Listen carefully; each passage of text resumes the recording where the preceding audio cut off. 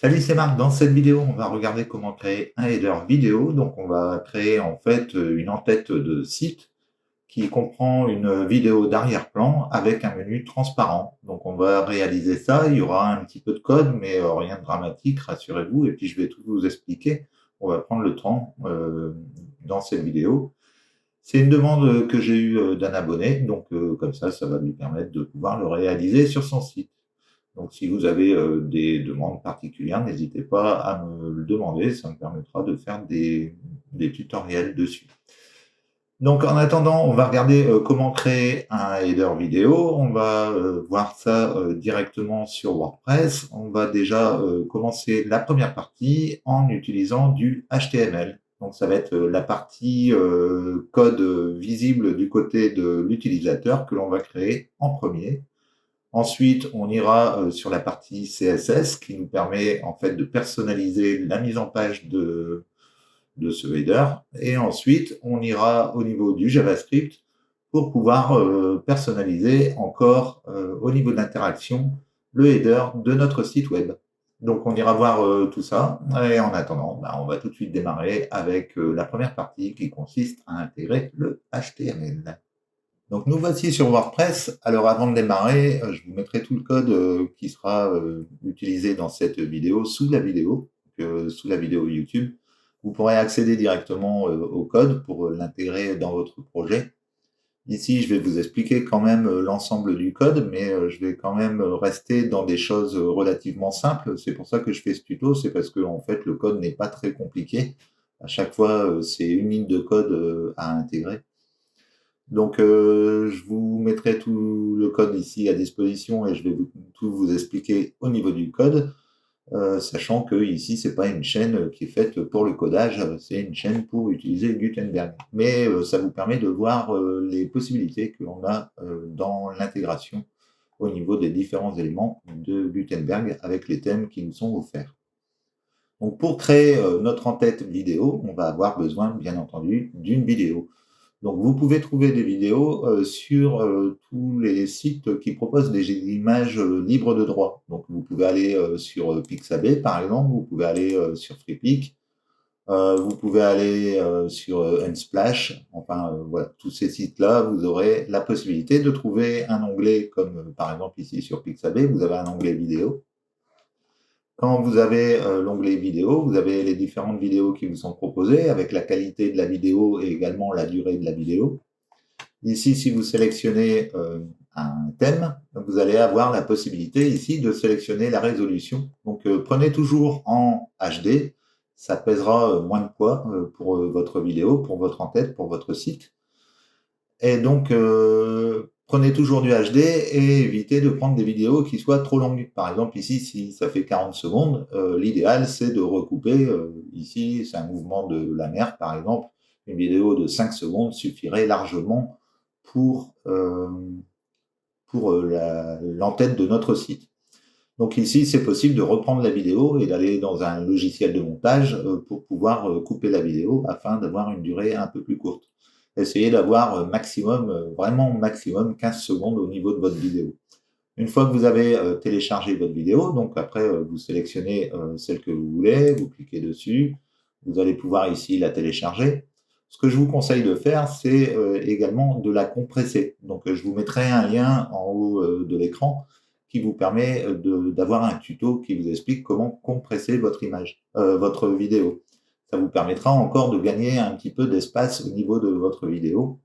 Ça ne sert à rien d'avoir un fichier trop lourd à charger. Il faut savoir qu'il y a beaucoup de personnes qui vont sur mobile. D'ailleurs, sur mobile, essayez de désactiver la vidéo.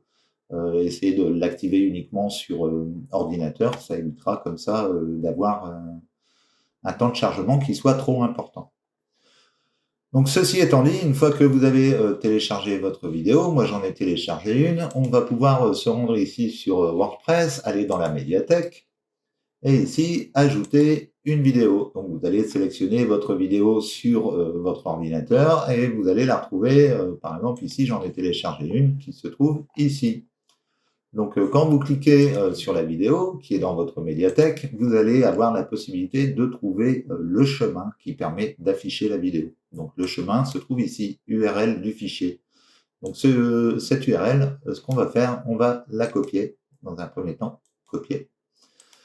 Et ensuite, on va pouvoir comme ça l'intégrer à notre code HTML pour notre en-tête. Donc maintenant qu'on a notre vidéo sur WordPress, ce qu'on peut faire, c'est se rendre au niveau de apparence et éditeur. Alors ici, je suis avec un thème FSE, Spectra One. C'est un thème qui est compatible avec l'édition Full Site Editing de Gutenberg.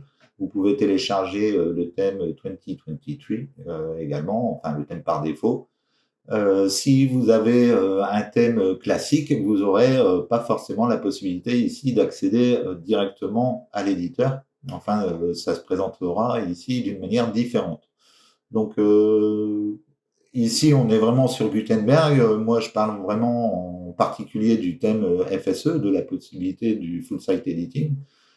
Donc, c'est pour ça que dans cet exemple, on va prendre un thème comme celui-ci. Donc, si vous voulez voir le thème que je dispose, c'est celui-ci. Donc, c'est un thème gratuit fait par les auteurs d'Astra. J'avais fait également une vidéo que vous pouvez retrouver sur ma chaîne. Une fois que c'est dit, on va se rendre ici sur l'éditeur et on va arriver ici sur la page d'accueil du site. Donc, la page d'accueil du site, c'est la seule page que vous pouvez éditer directement sur l'édition Full Site Editing. Toutes les autres pages, il faudra les éditer ailleurs. Après, vous pouvez très bien déterminer votre page d'accueil parmi vos pages, comme vous le faites classiquement, avec dans les réglages où vous allez chercher votre page d'accueil. Ici, on va faire simple, je vais éditer directement sur la page d'accueil du Full Site Editing, étant donné que c'est une page unique, donc on n'a pas besoin d'un modèle particulier pour la page d'accueil, étant donné que c'est la seule page d'accueil que l'on aura sur notre site. Ce qui n'est pas le cas, par exemple, pour un article. Donc, pour personnaliser cette page, je clique dessus et on va avoir accès à l'édition de notre page. Donc, je vais sélectionner le bloc d'en-tête qui est présent ici. On peut le supprimer d'ailleurs. On va retirer la bannière.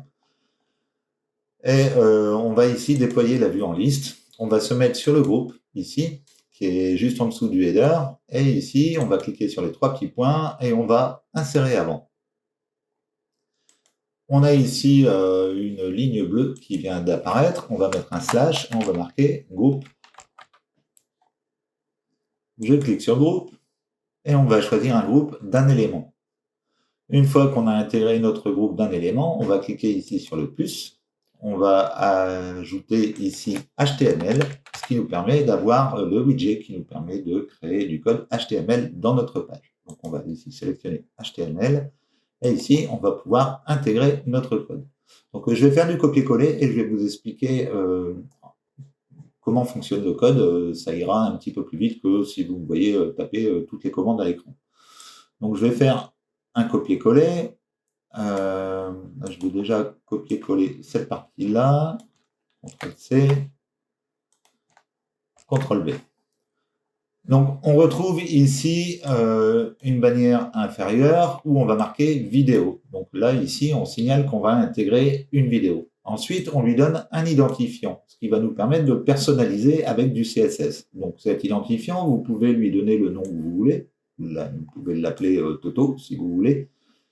La seule chose qu'il faut savoir, c'est qu'un identifiant doit être unique sur une page. Donc, si jamais vous voulez mettre plusieurs éléments de vidéo sur votre page, ici, il faudra remplacer l'ID par une classe, ce qui permettra de pouvoir mettre plusieurs éléments du même format sur la page.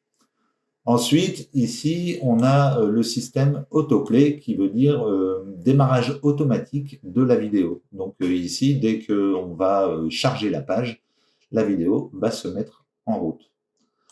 Ensuite, on lui indique qu'on veut que ça lise en boucle. Donc on lui indique ici que c'est une loupe, que ça va être en boucle.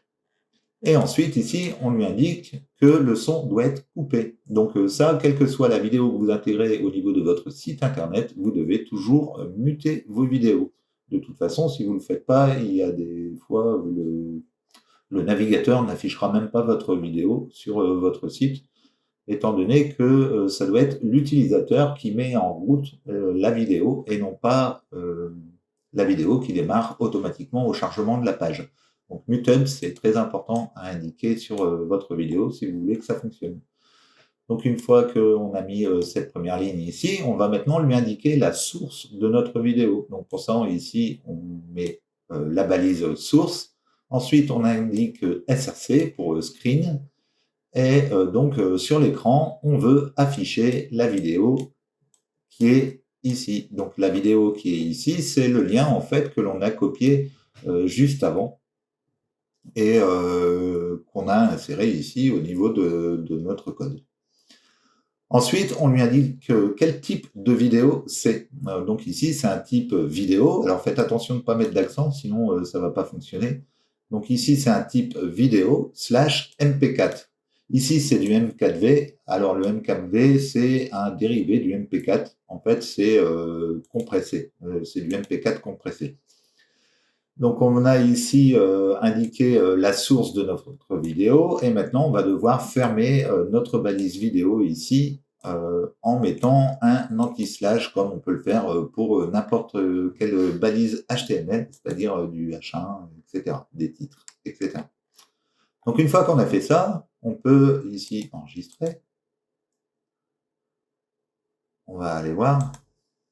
Alors je vais aller ici plutôt et je vais rafraîchir. On peut voir qu'on a notre vidéo ici qui apparaît dans un coin. Donc maintenant, ce qu'il faudrait, c'est que cette vidéo soit en plein affichage. Là, elle n'est pas à sa taille réelle, on va devoir la mettre en plein affichage. Donc ici, je reviens au niveau de l'éditeur de Gutenberg. Je vais aller sur le groupe, ici. Et ici, on a les blocs inférieurs utilisent la largeur du contenu. J'ai ma caméra devant, c'est pour ça que je me penche. Donc ici, je vais décocher la case. Et ça nous permet comme ça d'avoir un élément qui prend la pleine largeur. Si maintenant j'enregistre, que je rafraîchis, on peut voir que l'image ne prend pas tout à fait la largeur de l'écran, mais on va arranger ça, mais est affichée à sa taille réelle. Donc maintenant, ce qu'on va vouloir peut-être au niveau de notre en-tête, c'est ajouter un bouton d'appel à l'action ou un truc comme ça pour pouvoir inciter les gens à s'inscrire, je sais pas, à notre site, à prendre contact avec nous, enfin peu importe. Donc pour ça, on va devoir créer un bloc dans lequel on va mettre nos différents éléments HTML. Donc un bloc, en fait, c'est ni plus ni moins qu'une div. On appelle ça une div. Et donc cette div, on va pouvoir lui donner une classe, on va l'appeler, mettons, content, ce qui veut dire contenu. Et cette div, on va également devoir la fermer, puisque c'est un conteneur, il faut que ce soit fermé. C'est une boîte, en fait, qui va contenir les différentes informations qu'on va mettre à l'intérieur.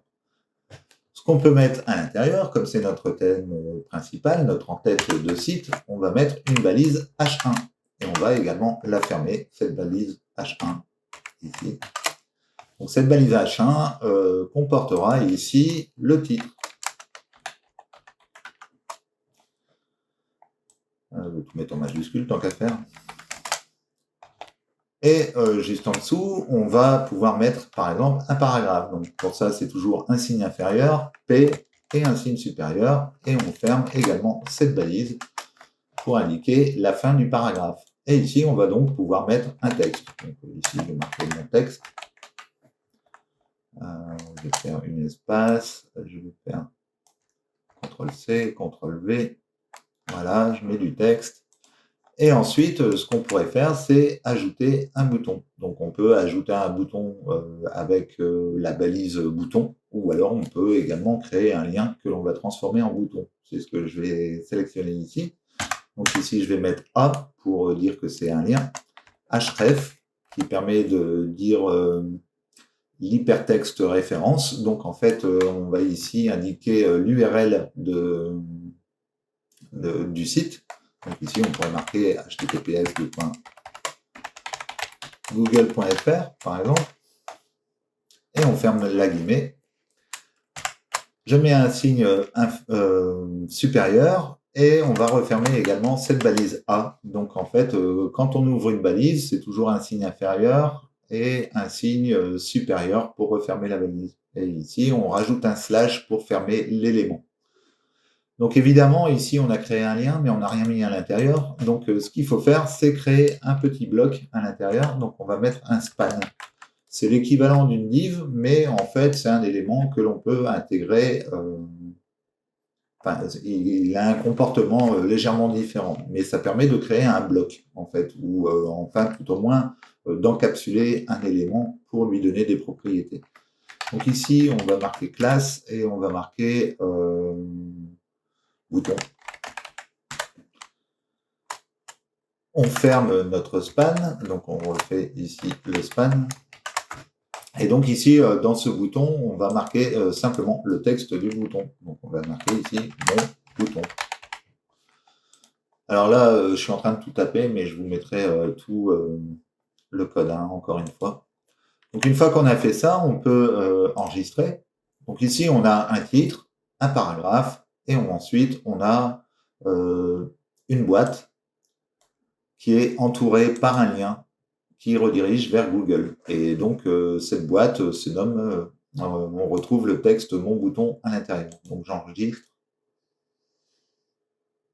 Alors, l'avantage de mettre en fait un lien autour d'une boîte, c'est pour le responsive. Quand vous allez avoir du responsive, ça vous évite, si vous mettez un lien directement avec le texte, si votre texte est un peu long, vous pouvez avoir un grand bouton ici et un bouton qui apparaît à la moitié. Si vous mettez une boîte et que vous l'entourez d'un lien, en fait, la boîte va conserver des proportions rectangulaires ou carrées. Donc, c'est pour ça qu'ici, il faut mettre un span à l'intérieur pour que ce soit adaptable au niveau du responsive. Donc, voilà, c'est pour la petite information. On peut aller voir ce que ça donne ici. Je vais renvoyer la page. On a vu le texte, on voit le texte s'afficher rapidement derrière. Pas toujours. Mais notre texte est bien présent. Voilà, on a fini d'intégrer le HTML. Ce qu'on va devoir faire maintenant, c'est mettre le CSS pour pouvoir personnaliser notre en-tête et pouvoir avoir une en-tête fixe au niveau de Gutenberg et aussi un header, enfin vraiment l'en-tête avec la navigation qui va rester fixe quand on va scroller au niveau de l'écran. Donc on a notre élément qui est créé ici, on va pouvoir commencer à aller au niveau du CSS. Pour ça, je clique sur l'élément style, ici en haut, et ensuite je clique sur les trois boutons qui sont ici disponibles, et on peut accéder ici au CSS additionnel. Donc prenez pas en considération ce qui est là, c'est issu de tuto précédent. Donc ici, je vais mettre des espaces. Voilà. Voilà. Donc, la première chose que l'on va faire, c'est personnaliser notre vidéo. Donc, pour ça, on va sélectionner notre vidéo. Comme c'est un ID, mais un dièse, et on va marquer ici background vidéo. Et on ouvre des accolades. Et on ferme les accolades. Donc, background vidéo, ça représente en fait l'identifiant que l'on a ici avec le nom que l'on lui a donné. Donc en fait, cet élément, c'est aussi vidéo, c'est également une boîte qui contient en fait une vidéo. Donc cette boîte, on va pouvoir la personnaliser. La première chose qu'on va pouvoir lui dire, c'est qu'on veut une position absolue. C'est-à-dire qu'on va pouvoir lui donner une dimension précise sur l'écran au niveau des pixels et de l'emplacement que l'on souhaite lui donner. Donc ici, on va lui donner la position absolue. Et une fois qu'on lui a donné la position absolue, ce qu'on veut, c'est qu'à gauche, elle soit à 0 pixel et qu'au niveau du haut, ce soit également à 0 pixel. Donc en fait, le coin supérieur haut de la vidéo sera dans le coin supérieur haut de l'écran. Donc le premier pixel que vous avez en haut à gauche. Ensuite, on doit lui donner des dimensions à cette vidéo. Donc on va ici préciser que la hauteur que l'on souhaite, c'est une hauteur de 500 pixels. Alors là, vous mettez la hauteur que vous voulez. Là, je prends un exemple de 500 pixels comme ça. Et au niveau de la largeur, on voudrait que ce soit en plein écran. Donc ici, on va marquer 100 VW. Donc c'est 100 view wide. Donc ça pourrait être 100%, si vous voulez. Donc ici, comme je vous le rappelle, c'est la dimension de la boîte. En fait, c'est l'élément qui contient la vidéo. La vidéo, en fait, est vraiment dans l'élément source et n'est pas dans l'élément vidéo. Donc cette boîte, on va pouvoir lui indiquer que l'élément qu'elle contient, on veut que ce soit un arrière-plan. Donc, quand c'est un élément qui est en premier plan et que l'on souhaite mettre en arrière-plan, on utilise la propriété qui se nomme object-fit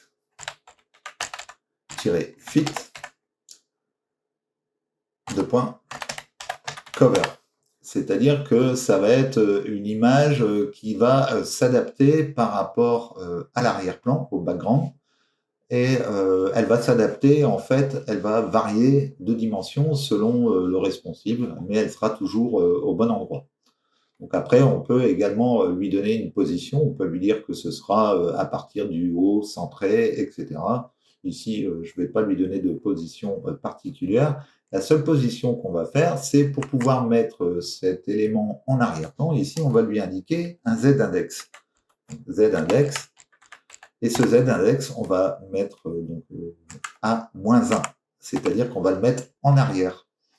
Donc l'indexation, c'est en fait, faut voir ça un petit peu comme des feuilles.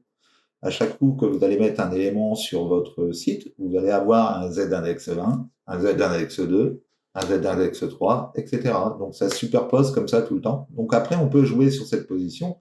Imaginez que ça serait des calques transparents. On pourrait très bien mettre le calque transparent qui est en dessous, on pourrait très bien le mettre au-dessus. Ça nous permet d'accéder à différents trucs. Donc on peut comme ça déterminer la position de l'élément. Ici, donc, on est en Z-index -1, donc on sera en arrière-plan. C'est tout ce qu'on a à faire pour notre vidéo. On va aller voir notre vidéo déjà. Donc ici, si je rafraîchis, on peut voir que maintenant, on a une vidéo qui prend tout l'écran, qui démarre bien au coin supérieur en haut à gauche, et qui comporte notre phrase et notre bouton. Pour l'instant, qu'on ne voit plus ici, on a le titre, mon texte et mon bouton. Donc on peut voir qu'on a un décalage ici, c'est parce que l'élément div que l'on a utilisé pour mettre les différents textes à l'intérieur, on va également l'utiliser comme espaceur. C'est-à-dire que le bloc dans lequel on a mis le titre, le texte et le bouton, on va lui donner la même hauteur que notre vidéo. Donc pour ça, on revient ici au niveau de notre élément. On va aller sur sélectionner notre contenu. Donc notre contenu, c'est une classe qui se nomme content. Donc à la différence d'un identifiant que l'on accède en mettant un dièse, ici on va accéder à l'élément en mettant un point. Donc on met un point et on ouvre les parenthèses pour pouvoir mettre la propriété à l'intérieur. Comme je l'ai dit, on va lui donner la même largeur, la même hauteur que notre vidéo. Donc ici, on va mettre 8.500 pixels.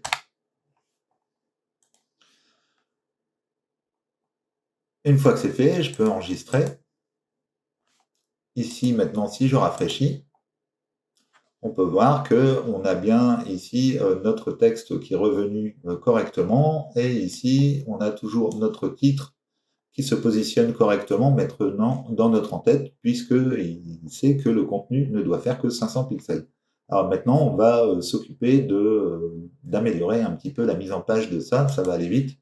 Je vais aller un petit peu plus vite pour ça, ça permettra comme ça. Alors, je vais mettre ça. Alors, content, alors ici, comme on met 2 fois content, ça ne sert à rien. Je peux supprimer les parenthèses qui sont là et tout relier, vu que c'est le même élément que l'on personnalise. Donc, on va justifier le contenu, c'est-à-dire qu'on va mettre le contenu au centre, ici, de l'écran.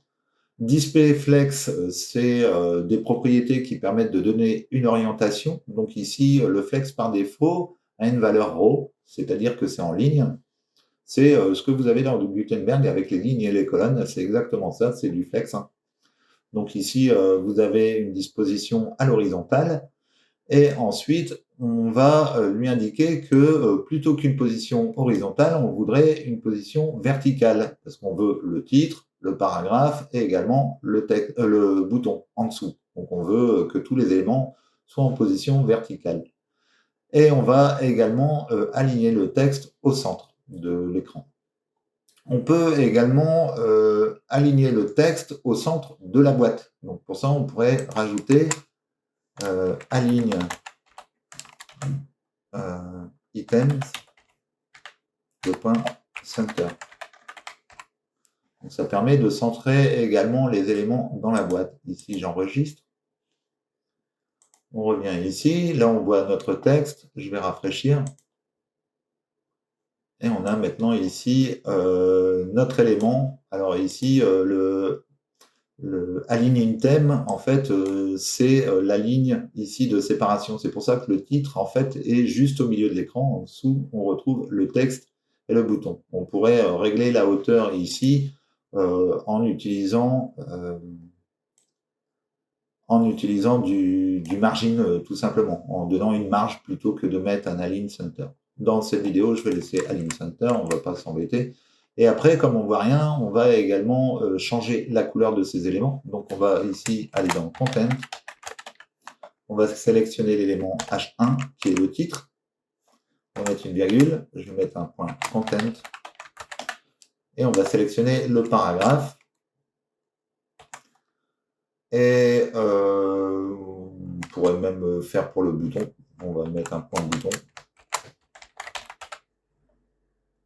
Ici, je vais ouvrir les accolades, fermer les accolades, et ici, on va marquer la couleur de la police. Donc ici, on ne peut pas le faire par les paramètres de Gutenberg, il faut vraiment le faire par du CSS, puisque c'est du code qu'on a intégré comme ça manuellement. Je mets un point virgule. Donc ici, je mets le texte en blanc, tout simplement. Donc j'ai sélectionné dans la classe contenu, ici, l'élément H1. Ensuite, j'ai sélectionné le paragraphe.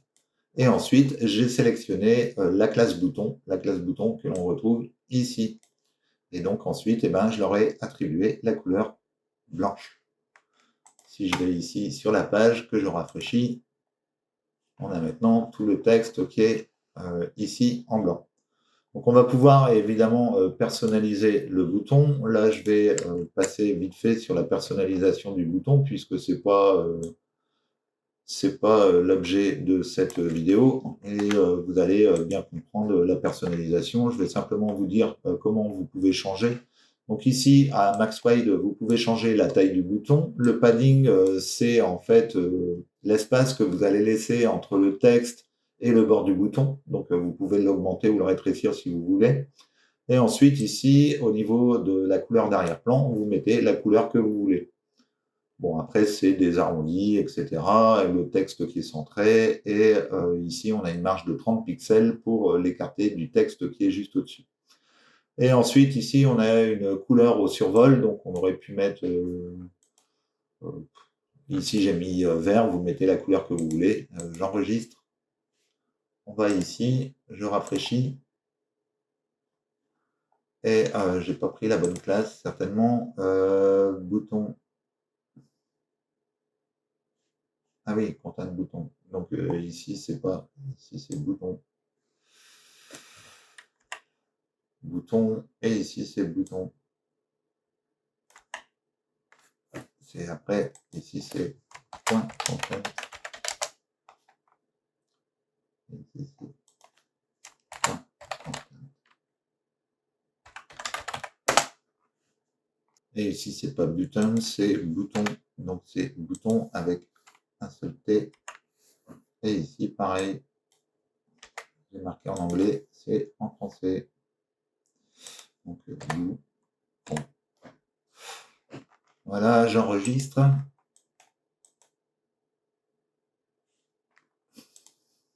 Je rafraîchis. Et on a bien notre bouton. Donc après, vous mettez la couleur que vous voulez. Et là, on voit bien qu'il devient vert. En fait, donc en fait, ici, c'est pas color, c'est background color, puisque c'est l'arrière-plan qu'on veut changer et non pas la couleur du texte. Donc là, si je rafraîchis, on a bien ici notre fait. Donc ici, vous personnalisez comme vous voulez. Donc maintenant qu'on a fait toutes les parties barbantes, on va pouvoir personnaliser notre en-tête. Donc ici, quand on scrolle, on peut voir que le menu ici en haut reste sur la vidéo. D'ailleurs, on ne le voit pas bien. Ce qu'on va faire, on va aller ici. Je vais sélectionner ici la boîte. On va aller sur l'onglet ici, Réglages. On va dans le style. Et ici, au niveau du texte, on va sélectionner du texte blanc et on va faire la même chose pour le titre qui se trouve ici. On va dans le style, on va sur le texte et je clique sur le texte blanc. J'enregistre, je rafraîchis et on a bien maintenant du texte blanc. Donc, ce qu'on va faire maintenant, c'est qu'on va fixer ce titre pour qu'il soit toujours présent à l'écran. Donc pour ça, on va ici au niveau de notre header. On va aller ici sur l'onglet style et on va aller ici sur CSS additionnel toujours et on va pouvoir ici ajouter une nouvelle propriété pour notre header. Donc ce header, on marque directement puisque c'est une balise directement. On peut marquer son nom sans mettre un point puisqu'il s'agit ni d'une classe ni d'un identifiant, mais bien d'une balise HTML qui se nomme header. Donc ce header, on va le mettre en position fixe. Et on va indiquer comme quoi c'est important pour prendre les propriétés au-dessus de WordPress. Donc pareil, il ne faut pas aller le faire dans les réglages de WordPress, il faut le faire à ce niveau-là. C'est mieux pour la personnalisation. J'ai perdu le point. Hop. Donc ici, on marque important. Et on met un point virgule. Si j'enregistre, et ici qu'on va au niveau de la page, je rafraîchis. Maintenant, quand je vais bouger, on peut voir que notre menu est bien fixe.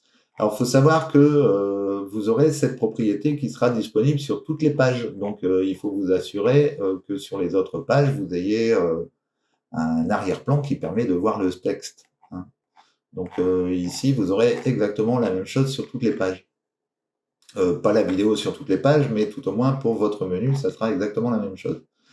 Donc après, ce qui serait bien, vu qu'il est fixe, ici, on ne voit plus rien. Donc il serait bien que quand on a passé cette en-tête, on puisse changer la couleur d'arrière-plan de notre élément. Et pour ça, on va devoir utiliser, pour finir, du JavaScript. Donc c'est un petit bonus que je vous donne. On va voir ici comment changer la couleur du header quand on va scroller ici sur l'écran. Maintenant qu'on a fait toute la partie HTML et CSS, on va pouvoir passer à la partie JavaScript. Donc ici, on va pouvoir avoir une interaction selon le défilement sur l'écran. On va pouvoir plus ou moins, enfin, on va pouvoir afficher ou ne pas afficher le header en fonction du scroll sur l'écran.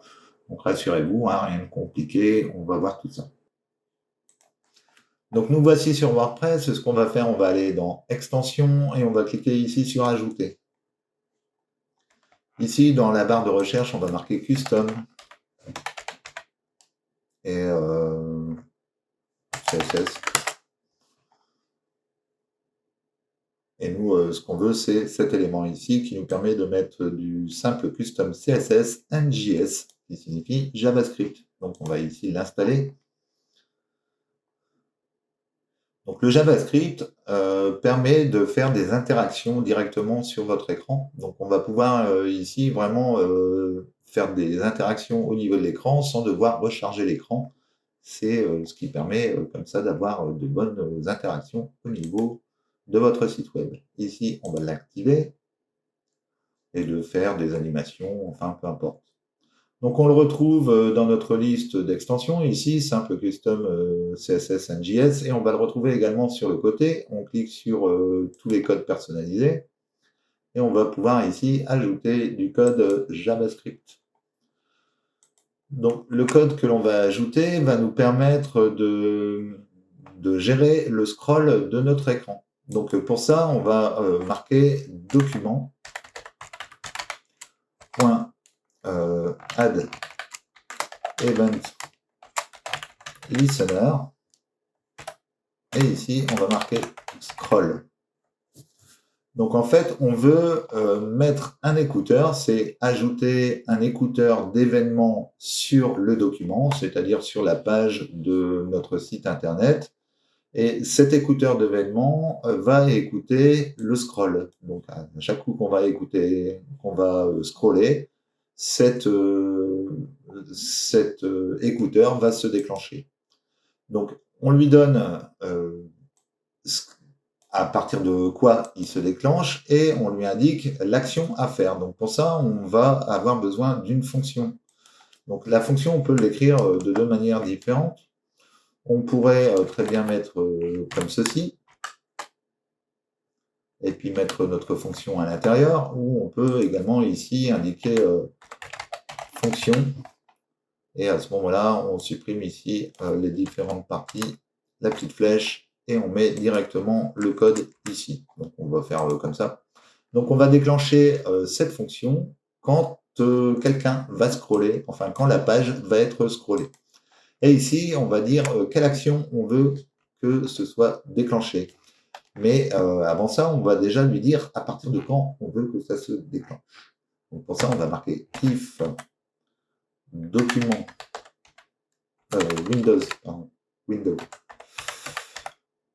window point scroll y, donc sur l'axe vertical, supérieur ou égal à 500. Rappelez-vous, c'est la hauteur qu'on a donnée à notre vidéo. Donc on va dire que à partir du moment où on aura scrollé au-dessus de 500 pixels, à ce moment-là, on va effectuer une action. L'action que l'on souhaite effectuer, c'est passer le header de transparent à noir. Donc pour ça, on va resélectionner, je vais faire un copier-coller. Ça sera plus simple, plus rapide, puisque la vidéo est déjà assez longue. Donc ici, on va sélectionner toujours le document. On va sélectionner la classe qui se nomme SWT-transparent header.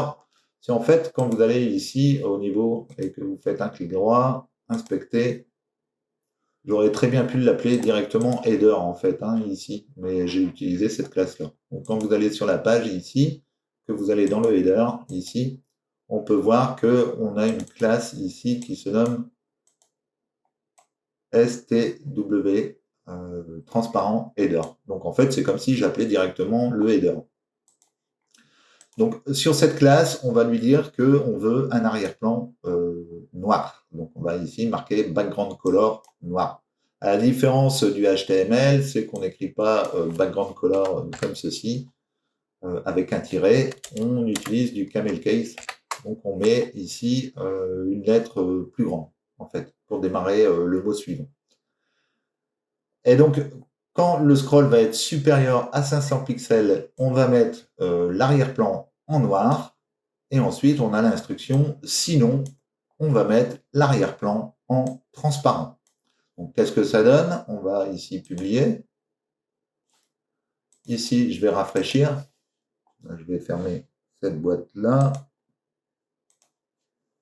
Je rafraîchis. Ici, je scroll. Alors, on peut voir qu'ici, on a un petit problème. Donc, c'est parce que j'ai mis une parenthèse en trop ici. Et donc, ici, je fais une mise à jour. Je rafraîchis. Et maintenant, si je scroll, on peut voir qu'on a maintenant notre header qui change de couleur quand on scroll. Alors évidemment, c'est pas super. On peut voir que c'est assez violent. Donc on peut arranger ça tout simplement en revenant ici au niveau de notre élément. On va aller ici sur Apparence, Éditeur.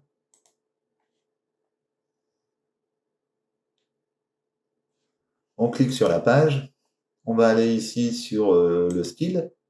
On va cliquer ici sur les trois petits points. On va cliquer ici sur CSS additionnel. On va se rendre sur le header qui se situe ici en position fixed. Et juste en dessous, on va marquer transition. Et puis là, vous mettez la durée de l'animation que vous voulez. Si je mets une seconde, par exemple, un virgule, j'enregistre, je reviens, je rafraîchis. On a déjà une petite transition qui se fait à l'affichage. Et quand on va arriver ici, on aura ici une transition qui sera beaucoup plus jolie, puisqu'on a ici un effet qui devient noir et blanc au fur et à mesure. Voilà, j'espère que cette vidéo vous aura plu. Si vous avez aimé, n'hésitez pas à liker, à commenter et à partager. N'hésitez pas non plus à cliquer sur le lien qui se trouve sous la vidéo pour télécharger les essentiels de WordPress, Les essentiels de WordPress, c'est un guide gratuit où vous allez retrouver toutes les extensions WordPress utiles pour votre site internet, les extensions WooCommerce et également les extensions Chrome pour votre productivité. N'hésitez pas non plus à cliquer sur le lien qui se trouve sous la vidéo si vous voulez me contacter pour la construction de votre site web. J'offre des prestations de construction de site web, donc n'hésitez pas à me contacter si vous avez des projets de création. En attendant, je vous remercie d'avoir suivi cette vidéo, je vous souhaite un bon dimanche et je vous dis à bientôt pour une prochaine vidéo. Ciao, ciao!